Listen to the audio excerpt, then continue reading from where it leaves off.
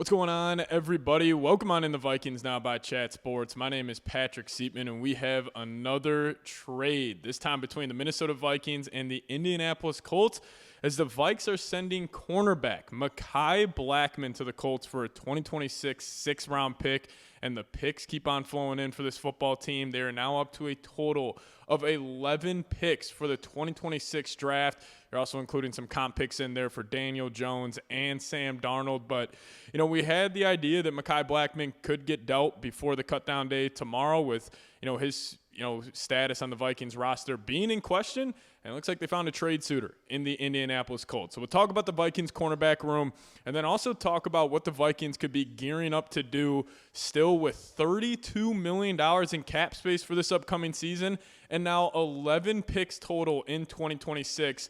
There's got to be something coming for GM Kwesi Adofo-Mensah. But before we dive into it, if you guys could, make sure you are subscribed to the channel. It's going to be a crazy next 24 hours here. Cut down day, official time at 3 o'clock tomorrow. So we'll have a full video here on the channel diving into the full 53-man roster for the Minnesota Vikings. So make sure you guys are subscribed. Help us reach our next milestone of 59,000 subscribers here on YouTube. So hit that subscribe button today if you guys don't want to miss a thing around your favorite football team. Now, I don't want to say this trade was a shocker by any means because we knew the status of Mekhi Blackmon making the Vikings roster was in question. Now, I will say the one negative of this deal is this cornerback room is incredibly thin. I do think this guarantees the spots of guys like Zemaiah Vaughn, UDFA, and Dwight McGlothern, UDFA from 2 years ago, making the team. But now you only really have 5 corners that you sort of trust. Like Byron Murphy, you're banking on him having a similar year to what he had this past season.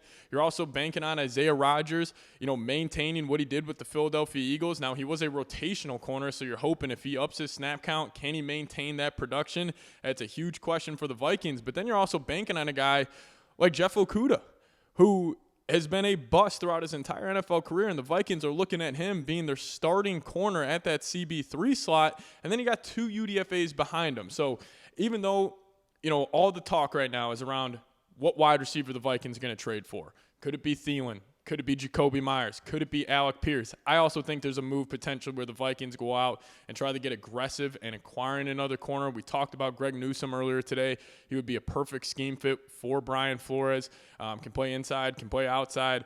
Very intelligent player. He also has a ton of versatility, which obviously in Flores' system he would prefer. But Mekhi Blackmon, you got to feel for the guy a little bit. Coming off that torn ACL, had a great rookie season for the Vikes, and we thought he was going to have a breakout year during his sophomore campaign. Unfortunately, tore his ACL, and he really wasn't the same guy. He was awful during the preseason for the Vikes. He didn't look good in training camp, and he was falling down this depth chart where when the offseason began and we were talking around the time of the NFL draft, we're saying, Mekhi Blackmon could be the third corner on this team. We were expecting him to be the third corner, but with guys like Vaughn, Okudah, and McGlothern just outplaying him, this trade does not shock me. Now, from the Viking side of things, something's got to be going on because they clearly view themselves as a Super Bowl contending team. Whether you agree with that or not, all the moves they have made this offseason, you signed 2 veteran defensive tackles in Hargrave and Allen. You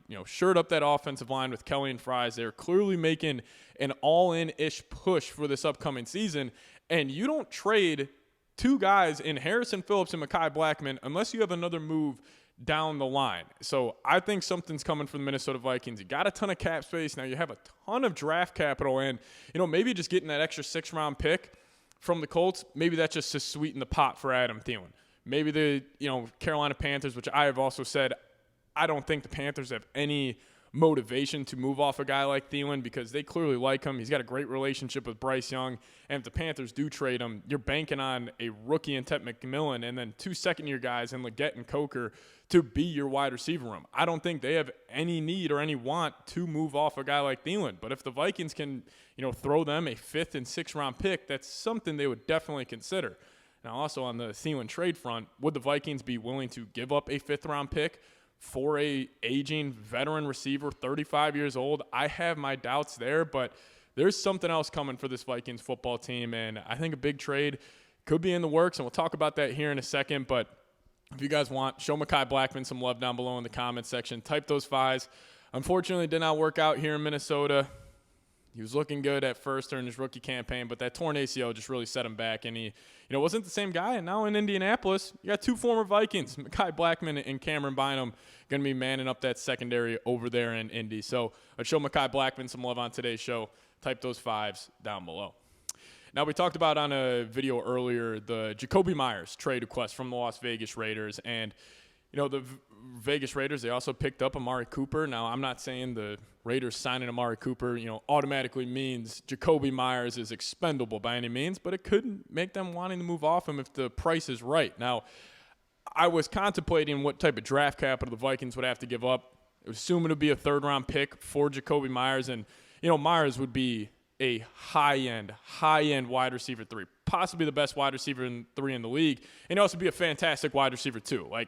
Obviously Addison, better than Meyers is, but if you had him filling in that Addison role for the first 3 weeks, then you don't really have a question mark at that wide receiver position. Now, the third wide receiver spot, who knows who the hell that could be with all the injuries to this room, with Naylor dealing with that hand, obviously Rondell Moore out for the year. You're probably trying to bank on a guy. Maybe they go sign a Brandon Powell because they also need a punt returner for this team. But there are still a lot of needs on this roster, specifically depth at corner, and then obviously getting that other wide receiver next to Justin Jefferson. Because if I had to call who's wide receiver 2 rolling into Chicago week 1, he's not on the team.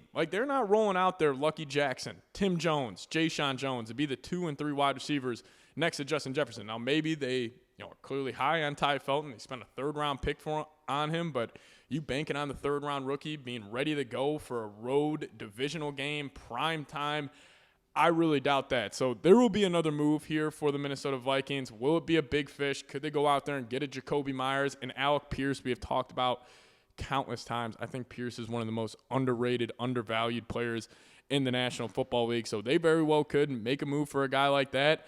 But with them accumulating all this draft capital and you having now 11 picks in 2026, I find it hard to believe that it's just for Thielen.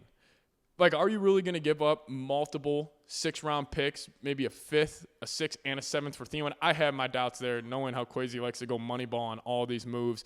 And it's not really a moneyball move, trading even though it's not a premium draft pick, but still a 5th rounder for the Vikings.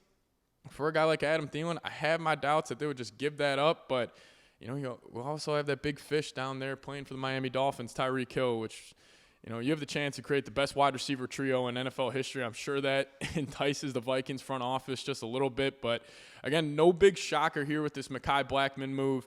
He wasn't going to make the team clearly, and the Vikings just got what they could get from him. They got a 6th-round pick. So I like the move there, but something else is coming.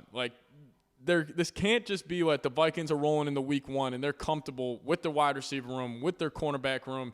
There has to be another trade down the line. I'm sure they're calling the phones like crazy. Rossini even reported earlier today. I know, Diana, we're all big fans of her here in Minnesota, but she said the Vikings are still engaged in trade talks for a veteran wide receiver. So Alec Pierce, Jakobi Meyers, Tyreek Hill, Adam Thielen, 4 names to keep your eyes out on. Talked about Juwan Jennings. I would be all in on Juwan Jennings, but I just feel like the Niners are going to do everything they can to retain him. But if he is somehow actually available, Kwesi's got to pick up the phone and at least make that call to John Lynch over there in San Francisco. So, again, no big shockers here with Mekhi Blackmon getting dealt. We'll have more videos coming out, over the next 24-ish hours. So make sure you guys are subscribed. Stay tuned. Stay on top of it all here at Vikings Now by Chat Sports. And we'll see you guys next time. As always, Skol Vikes.